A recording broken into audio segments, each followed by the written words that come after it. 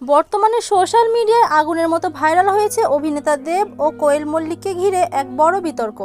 শোনা যাচ্ছে এতদিন তৃণমূলের ঘনিষ্ঠ হিসেবে পরিচিত এই দুই তারকা নাকি এখন রাজনৈতিক দিক বদলানোর ইঙ্গিত দিচ্ছেন।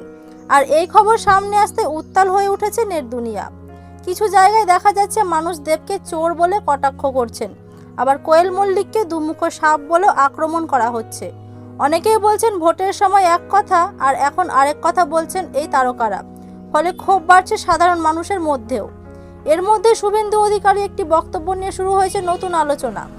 ভাইরাল পোস্টে দাবি করা হচ্ছে তিনি নাকি কড়া ভাষায় বলেছেন মানুষ সব দেখে রাখে, সময় এলে জবাব দেয়। এই মন্তব্য সামনে আসতে আরও চাপে পড়েছেন দেব ও কোয়েল বলে দাবি করেন নেটিজেনদের একাংশই। যদি এখনও পর্যন্ত দেব বা কোয়েল মল্লিক এই পুরো বিষয় নিয়ে সরাসরি মুখ খোলেননি, কিন্তু সোশ্যাল মিডিয়ায় তাদের নিয়ে আলোচনা থামছেই না। কেউ সমর্থন করছেন, আবার কেউ তীব্র সমালোচনা করছেন। সব মিলিয়ে টলিউড আর রাজনীতির এই নতুন বিতর্ক এখন মানুষের মুখে মুখে। এই বিষয়ে আপনার মত কি? অবশ্যই কমেন্টে জানাবেন। ধন্যবাদ।